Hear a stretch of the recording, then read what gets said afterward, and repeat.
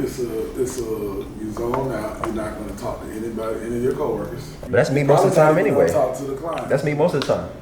But it's still a different part. I know it's a zone. It's a zone. Another lesson: fade blade.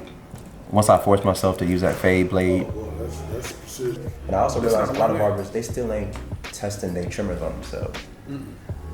So even though they're hitting the box, what does the hitting look like? What does it feel like? And what I've learned, I take longer with sharper clippers because I got to be careful. I like them to be a little bit backed off. I have more liberty and I can move more freely. I say the same and I'm thing. going to come with the rates. And I'm known as they call me Blade Jesus at Ideal. So like they'll set them up, say, hey Mike, what you think? I'm in the middle of a cut. Yeah, try these out real quick. No. Why would I risk? Why would I scar my client up to figure out if your trimmers is hitting how they're supposed to be hitting? So nah, I tell them to use it on their wrist test, put it on your hairline, put it on the back of your neck, right? What it feels like. And another lesson was zero gap can be too risky. Did you see Kenny's explanation about, because zero gapping technically, if it's zero gap, it will harm the skin. Yeah. What you wanted to be as close as possible, being able to put your fingernail on that steel blade. I'm sure on time I'm gonna grab blades. And it's more work, but it's less time. Know your client.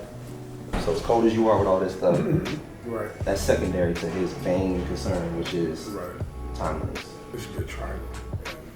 Internal, This category? Internal should really be at the top of the pyramid. External and social should be at the bottom. Those are the two things that really attract people and or stick people, but internal to me is what's like most important. Why do you say that? Because people will like you. People will like your work and they will like you. But if you keep playing with my time. What's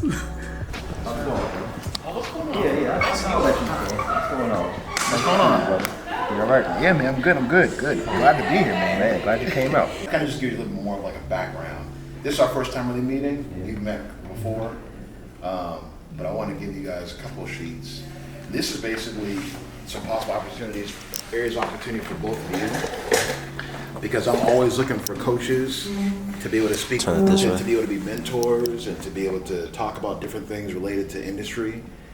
And like I said, even though my background is in the barber and beauty field, I help with everybody across the board now. Yep. People like yourselves can be a great asset and resource for many that are in in our industry, but also to just as guest speakers, or to maybe do virtual one-on-ones, whatever that looks like on y'all's end.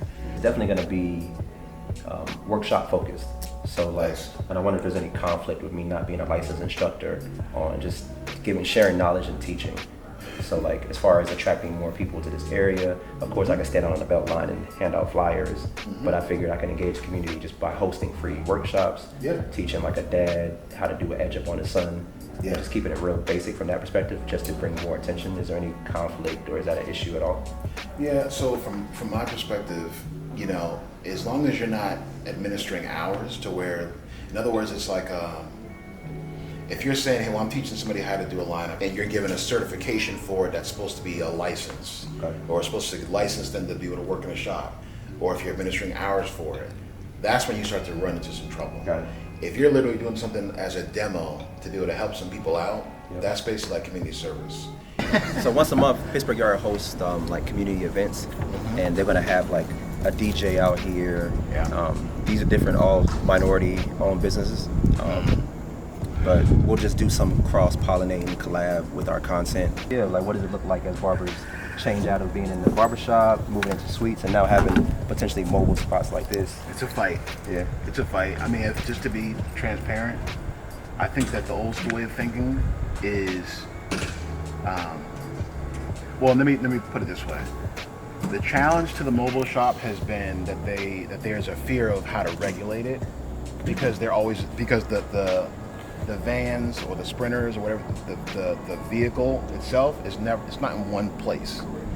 So some states have GPS trackers where literally if an inspector needs to check you know, on a specific vehicle, they'll know where it is because they can see it on the GPS. Now, what that looks like cost-wise, I don't know.